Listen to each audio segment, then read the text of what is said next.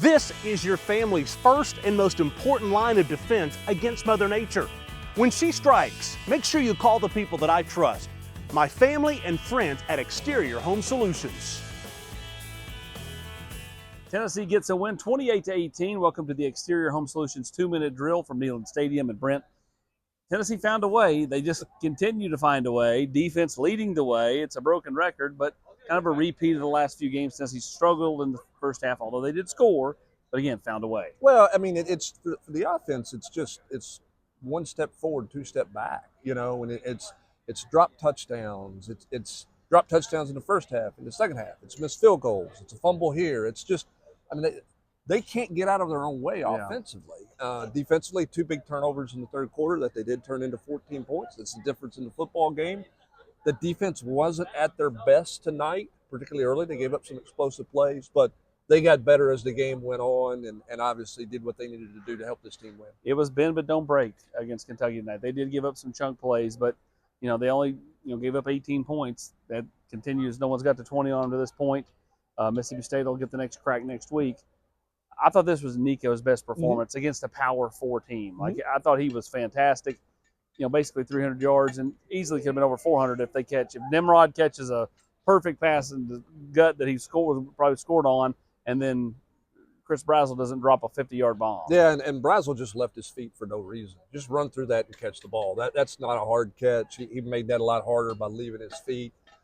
Maybe the ball surprised Nimrod that it got through the window. I don't know, but it hit him perfectly in stride. I thought Nico was really good all night long. I thought he was in command. I thought the game seemed slow to him.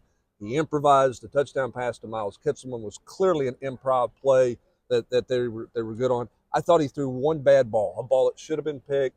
That was a bad decision. But other than that, I thought he did everything he needed to do to have a career night. He just didn't get enough help around him. Dylan Sampson continuing to do what he always does, which is score touchdowns and go for a 100-yard performance. 141 on the ground and a couple of scores breaks Gene McCaver's touchdown record for a single season all time, not just the modern day, all time. Yeah, I mean, and listen, he said it best. I've got to eliminate the mistakes. Yeah. I can't fumble the ball the way that I fumbled the ball there. But no, I mean, he ran well. I thought Peyton Lewis did some nice things. I thought the tight ends did some nice things. They just had some opportunities for big plays that the quarterback was really accurate on, which he hadn't been as accurate as he needed to be on the last couple of weeks. He was terrifically accurate on them, and they didn't capitalize.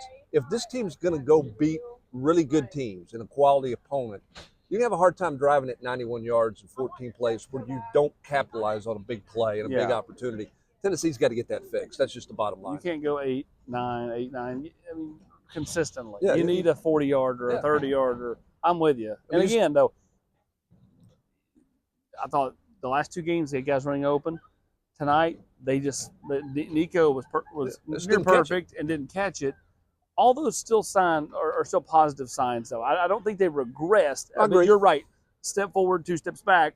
But, I think you can see the positive traction going forward. Even though it may be a slow crawl, it's still going towards something. Yeah, I mean, I do think that they're improving. I don't think there's any question they're improving. Their protection wasn't perfect, but it was good enough. It got better. I mean, again, I thought the tight ends did some good things. I thought they had a wrinkle or two that was different, and I thought for the first time in a while they leaned on Nico tonight, and I thought he backed it up with big time numbers and a big time play. So it is moving in the right direction. It's just you could hear it in Josh Heupel's voice in his post-game press conference. It's just maddening right now because it's there and it's them hurting themselves, and I think that's the biggest source of frustration right now. This staff, everybody you talked to felt like they had 2 really good weeks on the practice field. I think they expected to score a lot of points tonight and be really effective and really efficient early in this football game, and it wasn't. And you could certainly sense the frustration in that from Josh Heupel, from Dylan Sampson. You could see it in Josh Heupel on the sideline, and they just got to continue to grind and continue to try to get better. It is survive and advance, though, in this sport. Texas A&M, Clemson, 2 teams that Tennessee needed to lose, both lost on this day. Iowa State, Kansas State. Yep, both taking another L. Iowa State's first, Kansas State their second. But some dominoes starting to fall that can help Tennessee if they were to get to 10, or if they were to finish 10-2, could potentially still be a playoff team with teams exiting potentially. Again, we'll see over the next month who else drops games.